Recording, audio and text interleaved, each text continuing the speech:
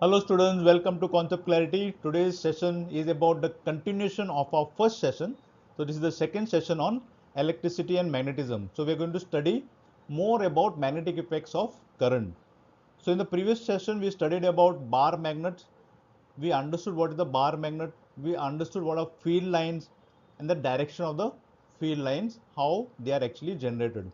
We have conducted experiments also to show how the field lines actually appear, and they really appear. Iron filings can't lie, right? So today we are going to see about Oersted experiment. We are going to pass current in a straight wire, and after passing current in the straight wire, we are going to observe around the wire whether magnetic effects exist. That means whether magnetic fields exist. We are going to check in today's experiment. So what we are going to cover today? We are going to cover Oersted experiment by passing current in a straight wire, and then we are going to find the direction of the field, magnetic field, not direction of current. Based on the direction of the current, we are going to find out direction of the magnetic field using Maxwell's rules. Okay, let's proceed. So this is the first experiment which was conducted. What he did, he took a set of batteries on one side and another experiment at the same time with the same set of batteries, but this is reversed. This is positive here and this is negative here, terminal, right? And here it is negative and here it is positive here. And he connected it to a switch, and this is the entire circuit. These are straight wires. And then he placed a compass. He placed the compass beneath the wire. He placed the compass in the other one also beneath the wire. Just that in both the circuit, the direction of the current in the first circuit is clockwise and the direction of the current in the second circuit is anti-clockwise, right? They are reversed in direction. Then you observe how the needle gets deflected on the wire. First observation was that the needle got deflected. That means magnetic effect is present. That means magnetic field is present. The needle, when the current was in the clockwise direction, the needle got deflected on the right, this side. And when the direction of the current was reversed, that means anti-clockwise, the needle also got reversed. That means the needle got deflected on the left. The north of the needle was on the left. So two things were proved in the experiment. One thing was the presence of the magnetic field. The other thing, by changing the current's direction, we saw that the magnetic field direction also changed. Isn't it fascinating? So let us see one more experiment. So these are given in words. Okay, can I take a look later? I'll share the PPT. So the second experiment, what we have taken the same battery, right? We have taken this battery, 12-volt battery. Positive is on top and negative down here. Then iron filings were taken. A cardboard was taken with iron filing. This is a cardboard with iron filings, right? And the magnetic needle was also placed somewhere on the cardboard at point P. So what have we observed here? Here we observe that the iron filings get arranged. They arrange themselves in concentric circles. They arrange themselves in concentric circles around the wire, around this XY wire, around this XY wire. They arrange themselves in concentric circles. You can see these blue lines. These blue lines are concentric circles of iron filings. The iron filings arrange themselves in concentric circles. And the compass also got deflected. That means the iron filings are arranging themselves along the magnetic field, and the magnetic field have direction, which is shown by the magnetic compass. Okay, this was the second experiment.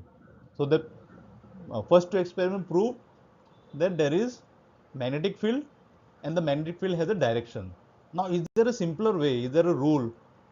By knowing the current direction, can we find out the magnetic field? So this is where Maxwell's rule comes in play. So Maxwell rule, you use your right hand, right? You use your right hand, and the thumb is the right hand, okay? Not left hand. Galti se left hand mat use karna. Right hand. The thumb is current direction. Thumb is current direction, and the fingers curled is showing the magnetic field direction. That means the current is up. If the current is upward, you can see this current is up. then the magnetic field is basically on the right side, it is inward, and on the curl side, where the points, where my ends of the fingers are pointing, is actually towards me, right? This side is away from me and this side is towards me, right? That's why it is appearing as a circle, concentric. Okay, so that's how you're supposed to use Maxwell's right hand thumb rule. I hope this is simple and easy to understand of how to use Maxwell's right hand thumb rule. Okay, it is given here. You hold the current carrying wire in your right hand, then put your thumb in the direction of the current. Then the curls of your fingers will give you the direction of the magnetic field. So remember, the magnetic field will have inward side also and the outward side. Okay, because they appear as concentric circles. So let's proceed next part. Now, what are the factors? Not all magnetic field around the wire are same, right? There are so many magnetic field lines,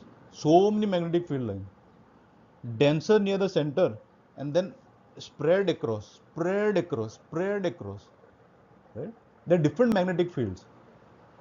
So the magnetic field depends on two simple factors. One is current, and second is distance. Okay, so current, if the current is increased, that means you connected more cells of the batteries together, then the magnitude of the current will start to increase. So then the magnetic compass will get deflected. It will get deflected higher. It will show more deflection. That means there is magnetic field strength is higher, right? Magnetic field strength is higher if the current increases. Now what about the distance? Distance will have opposite impact. If it is closer, if the distance is less, then the magnetic field will be higher. But when the distance is far away from the wire, then the compass will show less deflection or no deflection. Maybe the magnetic field don't even reach there, so it will show no deflection. So magnetic field strength is lesser as you move farther the distance from the wire. Okay, when you move closer to the wire, magnetic field strength increases. Okay, so these are the factors on which magnetic field due to the straight wire depends on. This is very important. You need to understand these two aspects, current and distance. Okay, simple rule, right? Magnetic field strength grows with current but fades with distance. Okay, these are the two golden rules you have to remember for your exam as well. Okay, now that we have seen magnetic field in the straight wire, now let us now understand for a circular loop and a solenoid. So until then, like, share and subscribe. See you.